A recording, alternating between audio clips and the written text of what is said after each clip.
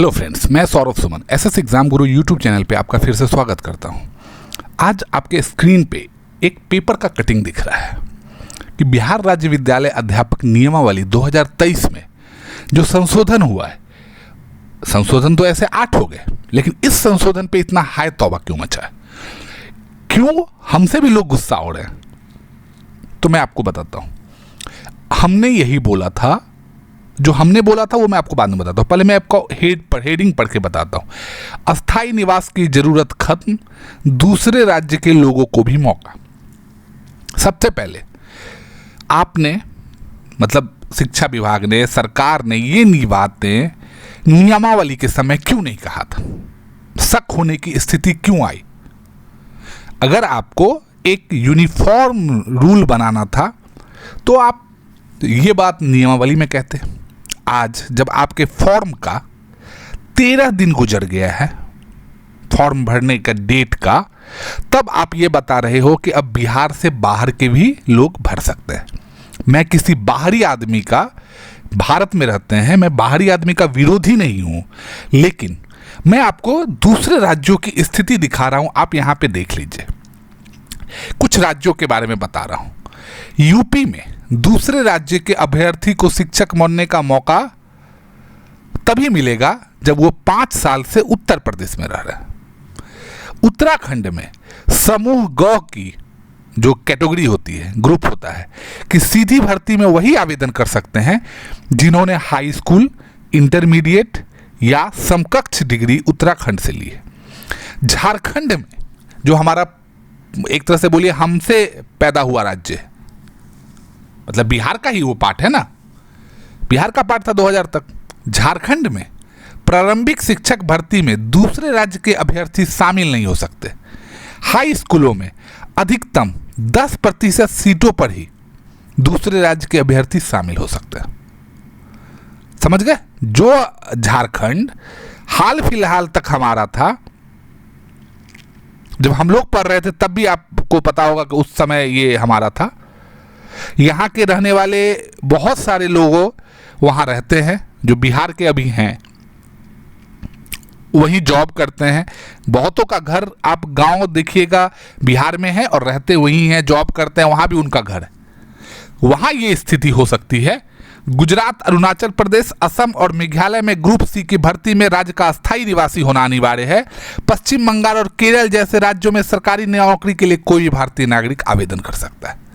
आपको ये 5 पॉइंट में सिर्फ लास्ट के 2 पश्चिम बंगाल और केरल में दिखा, तो क्यों नहीं, जहां बेरोजगारी चरम पर है, जहां शिक्षक भर्ती के लिए पिछले 4 साल से कैंडिडेट अपना इंतजार कर रहे हैं, अपना सर फुटवा रहे हैं, जेल जा रहे हैं, लाठी चार्ज करवा रहे हैं, लगातार ठंडा में, गर्मी में वो स्ट्राइक कर रहे हैं, आंदोलन कर रहे हैं, तो वो क्यों नहीं गुस्सा होंगे? क्यों नहीं गुस्सा हो? उन्हें आपसे दिक्कत नहीं है, किसी दूसरे राज्य वालों से।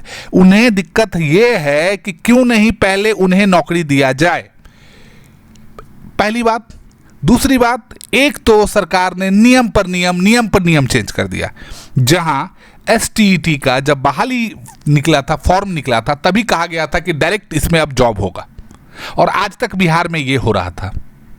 लेकिन सडन एक नया अपने आप को पता नहीं क्या इम्प्रोवाइज किया, हमको तो समझ में नहीं आ रहा, क्योंकि जिस आदमी के हाथों में, मैं राजनीतिक तर्क नहीं करना चाहता था, लेकिन मैं आपको एक बात बता रहा हूं। एक स्टेटमेंट है, पहले मैं ये स्टेटमेंट पढ़ देता हूं फिर बताता हूं। ये स्टेटमेंट है प्रोफेसर चंद्रशेखर, शिक्षा मंत्री। कक्षा 9, 10 और 11, 12 के लिए गणित, विज्ञान और अंग्रेजी, संस्कृत और हिंदी जैसे भाषा विषयों में एसटीईटी पेपर 1 और पेपर 2 उत्तीर्ण अभ्यर्थियों की संख्या कम है। रिक्ति के अनुसार अभ्यर्थियों की कम संख्या होने के कारण ही संशोधन करना पड़ा। ये चंद्रशेखर जी शिक्षा मंत्री है, हमें कोई दिक्कत नहीं है, पॉलिटिकल चीज़ है। दिक्कत किस बात से है? वो कि उन्हें जानकारी ही नहीं। वो जिस बात को लेके कह रहे हैं कि उत्तीर्ण अभ्यर्थियों की संख्या कम है, तो आपने एसटीईटी कितनी बार लिया? अगर आपके यहां उत्तीर्ण अभ्यर्थियों की संख्या कम है तो आपको एसटीईटी लेना पड़ेगा। आपने कब एसटीईटी लिया? 2019। उसके बाद वाणिज्य विषय का जो बैकलॉग का था वो आपने अभी लिया, तो आपने एसटीईटी क्यों नहीं लिया? दूसरी बात, कक्षा 1 से 5 के लिए ये जो ऑल डोमिसाइल हो गया है, ये कक्षा 1 to 5 के लिए है। अब उन्हें ये महानुभाव जी को कोई जानकारी दे दे कि जो एसटीईटी किए होंगे वो ऐसे भी बिहार के निवासी होंगे, तो फिर ये 9, 10 और 11, 12, तो अगर उनके हिसाब से अभ्यर्थी की संख्या कम है तो वो ऐसे भी खाली चला जाएगा। तो भाई समझ में कुछ आता वाता है, हमको तो यही समझ में नहीं आता कि इनको कुछ समझ में आता है। तर्क भी तो दें, तर्क, वाजिब तर्क होना चाहिए। आप अगर कोई नियम ला रहे हैं तो आपका काम है कि आपके उस नियम से प्रभावित होने वाले हर एक आदमी को आप समझा पाएं कि आप वो नियम क्यों लाए। ये सिंपल फिलॉसफी है। अब चलिए कुछ क्वेश्चन आंसर इस में आया था, आपको वो भी बता दूं। कोई भी परीक्षा में आवेदन कर सकता है? नहीं, कोई मतलब कोई भी नहीं, मतलब सिर्फ एक पार्ट हटाया गया है डोमिसाइल का। पहले था बिहार राज्य के अस्थायी निवासी हो, अब कोई भी हो। राज्य के अभ्यर्थी को कठिनाई होगी, भाई कठिनाई ही तो 4 साल से चल रहा है तो ये कोई क्वेश्चन ही नहीं है। इसके पहले भी दूसरे राज्यों के अभ्यर्थियों को मौका मिला था? हाँ मिला था, इसमें कोई दिक्कत नहीं है। क्या दूसरे राज्यों के अभ्यर्थियों की सेवा शर्त अलग होगी? देखिए सेवा शर्त ये सब तो छोड़िए ना भाई, सेवा शर्त या नौकरी पर बात ही नहीं हो रही है, अभी नौकरी पर बात हो। अब शिक्षक संघ जो शिक्षकों के हित में आवाज़ उठाता रहता है, उनके नेता कह रहे हैं कि सरकार निर्णय वापस ले, एकदम ले, या दूसरे राज्य के लोगों को सिर्फ 10% सीटों पर ही मौका दे। और ठीक है, चलिए इस पर भी मैं इस पे प्रो और कॉन पे नहीं जाना चाहता। मैं ये जाना चाहता हूँ, पहले आप सीट भर लीजिए, अभ्यर्थी सेटिस्फाइड, सीट खाली हुआ, अब बाहर के लोगों को दे दीजिए। क्योंकि दूसरे राज्य भी आपके साथ ऐसा करते हैं। बहुत सारे लोग ऑफेंड हो रहे थे मेरे कल के वीडियो पे, तो मैं उन्हें बता दूं, उत्तर प्रदेश यही करता है, उत्तराखंड यही करता है, झारखंड यही करता है, गुजरात, अरुणाचल, असम, मेघालय यही करता है। और ये मैं अपने मन से कहानी बना के नहीं बोल रहा हूं, ये पेपर का है। तो फिर इसीलिए, या हाँ, अगर आप पहले दिन से ये रूल लेके आते तो किसी को दुख नहीं होता। आपका कौन सा रूल कब बदल जाएगा, 12-13 दिन बाकी हैं फॉर्म भरने का लास्ट डेट पे।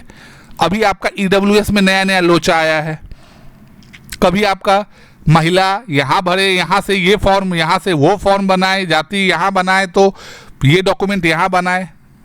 भाई कोई किसको आप दे दिए फॉर्म, ये सब काम। जिस राज्य के शिक्षकों के साथ ये हाल है, तो वहां पे बाकी नौकरी से हमको कोई मतलब नहीं है। नौकरी सबको मिलना चाहिए, सरकारी हो या प्राइवेट हो। अगर कोई क्वालिफिकेशन ले रहा है तो पास होके जाएगा। अभी बीपीएससी ने सीसी निकाला ना, कंबाइंड एग्जामिनेशन जो अभी ले रहे हैं, इंटीग्रेटेड एग्जाम जो अभी कर रहे हैं, वो ले रहे हैं ना। किसी को दिक्कत है क्या? किसी ने आवाज उठाई क्या? क्यों? चलिए, उसका पैटर्न था, वो ले रहे हैं। बहुत सारे एग्जाम को कंबाइन करें और अच्छी बात है, एक ही बार में फॉर्म भर दिया जाएगा। लेकिन यहां पे दिक्कत है, क्योंकि आपका पहला दिन का रूल अलग, और ये 8 संशोधन हो चुके हैं। आप लगातार तैयार रहिए, संशोधन पे संशोधन। तो हम जो कल के वो मतलब ये थे कि हम विरोध कर रहे हैं, विरोध हम इसीलिए नहीं कर रहे हैं कि मेरा सिर्फ बिहार के प्रति कुछ है, नहीं, सिर्फ इस बात को लेकर